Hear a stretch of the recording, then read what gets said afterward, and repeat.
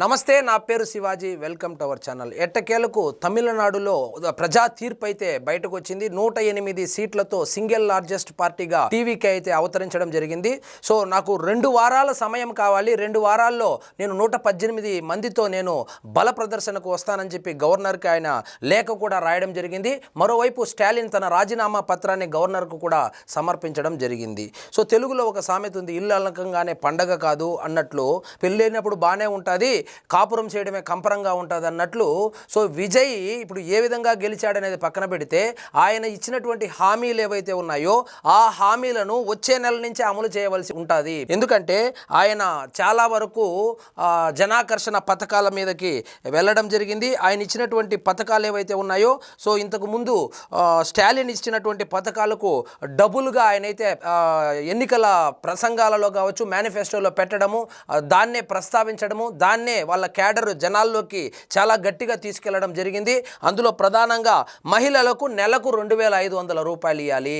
So ప్రతి నెల మహిళకు, అంటే ఇంకా దాని యొక్క గైడ్ లైన్స్ అయితే రాలేదు, కానీ ప్రతి మహిళకు 2,500 రూపాయలు నెలకు నేను ఇస్తాను అని చెప్పి అధికారంలోకి రావడం అయితే జరిగింది విజయ్. ఇంతకుముందు డిఎంకే వాళ్ళు 1000 రూపాయలు ఇచ్చేవాళ్ళు, దాన్ని అంటే 1,500 రూపాయలు పెంచి ఇవ్వాల్సి ఉంటుంది. సో 1000 రూపాయలు ఇచ్చేటప్పుడే 8,30,000 రూపాయలు రాష్ట్రం అప్పుల్లో ఉంటే ఇప్పుడు 1,500 రూపాయలు పెంచి ఇవ్వవలసి ఉంటుంది. మరి దీన్ని ఏ విధంగా ఆయన హ్యాండిల్ చేస్తాడో చూడాలి.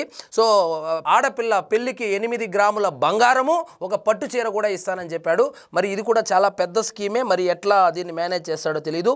నిరుద్యోగ గ్రాడ్యుయేట్లు ఎవరైతే ఉన్నారో వాళ్ళకంటే నిరుద్యోగ భృతి కింద 4,000 రూపాయలు నెల నెల ఇస్తానని చెప్పి హామీ ఇవ్వడం జరిగింది. సో విజయ్కి ఈ హామీ వల్లనే పెద్ద ఎత్తున ఈ నిరుద్యోగులు కావచ్చు, 30 సంవత్సరాలకైనా లోపు ఉన్నటువంటి ఓటర్లు ఎవరైతే ఉన్నారో దాదాపు 2 కోట్లకు పైబడి వాళ్ళ శాతం ఉంది, వాళ్ళందరూ ఎక్కువగా విజయ్కే ఓటు వేసినట్లు తెలుస్తోంది. సో నెక్స్ట్ మంత్ నుంచి 4,000 రూపాయలు నిరుద్యోగ భృతి కింద ఇవ్వాల్సి ఉంది.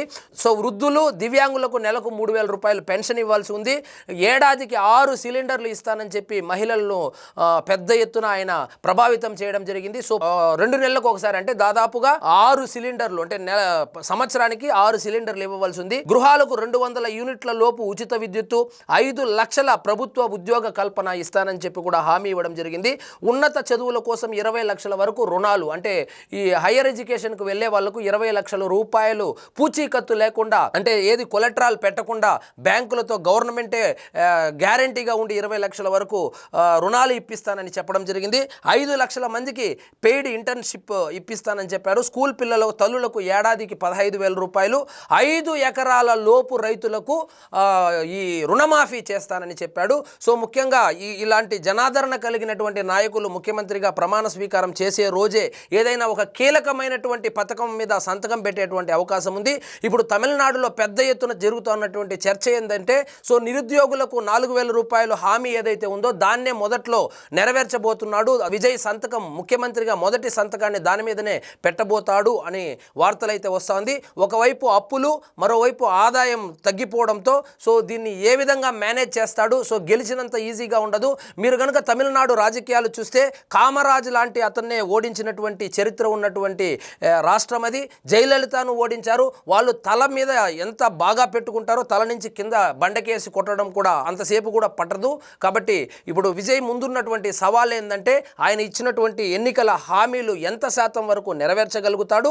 సో నిజంగా నెరవేర్చగలుగుతాడా?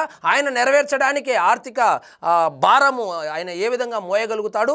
రాష్ట్రానికి వస్తున్నటువంటి ఆదాయము ఆయన ఇచ్చినటువంటి హామీలకు సరిపోతుందా? ఈయన కూడా కొత్తగా అప్పులు చేయవలసి వస్తుందా? తెలియాలంటే వేచి చూడాల్సింది. సో ఇదండి ఈరోజు మన టాపిక్. మీకు ఈ వీడియో నచ్చినట్లయితే లైక్ చేయండి, షేర్ చేయండి, ఛానల్ మాత్రం సబ్స్క్రైబ్ చేసుకోవడం మర్చిపోవద్దు.